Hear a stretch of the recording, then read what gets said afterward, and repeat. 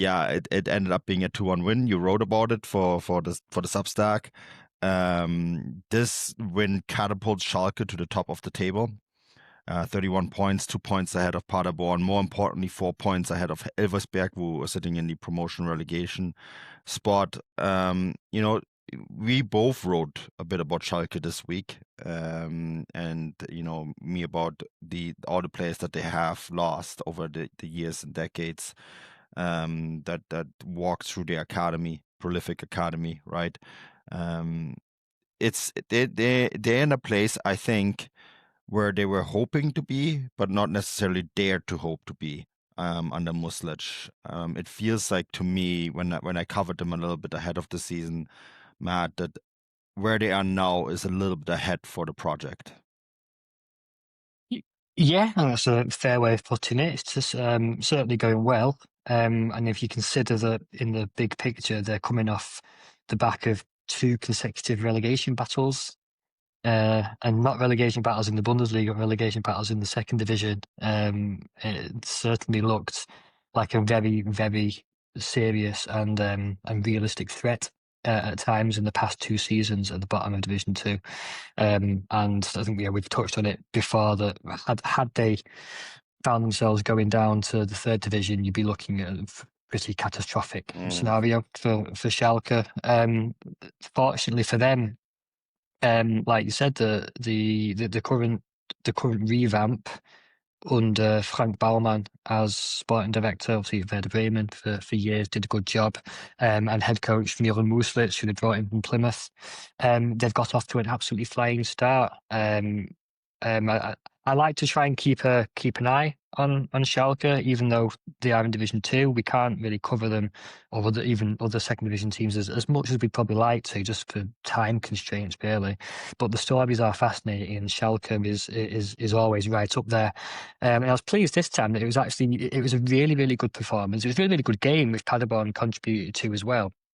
And really worthwhile to head up there on a Friday night, much more so than the last time I went, which was, I think, the 1-0 defeat against Holstein Kiel earlier in the year, which it was their only home defeat of the season so far, but it just so happened that it was the one that I turned up to, and it was a terrible game, and I just wondered why on earth I was spending my Saturday afternoon in Gelsenkirchen watching that.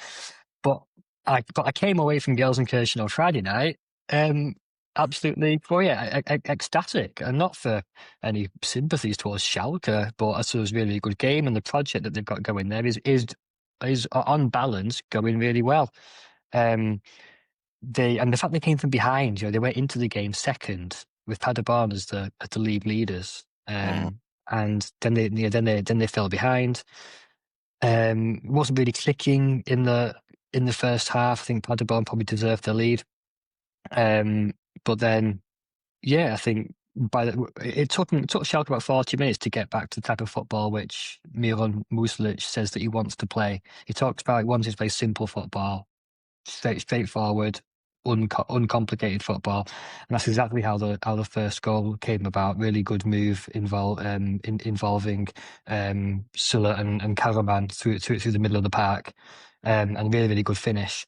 And that set the tone for the second half. Brian Lasma off the bench for the winner. Absolutely outstanding finish under pressure in the final 5 minutes, 1-on-1, just lobs it over the goalkeeper, to send Schalke top of the league.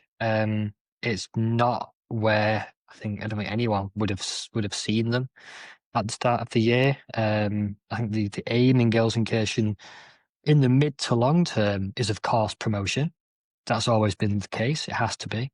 But in the short term, no one around Schalke would have said the aim for this season is to go up. It wouldn't have been seen as realistic. Here we are going into December, and Schalke are top of the second division and looking extremely good. I mean, it could happen, right? It could. I mean, we've seen these Division 2 promotion races in the past. They are absolutely wild affairs. It was only a couple of months ago at the start of the season when everyone was tipping Hanover. I think they went unbeaten in the first 3 or 4 games, if I remember correctly, and they were looking really, really good.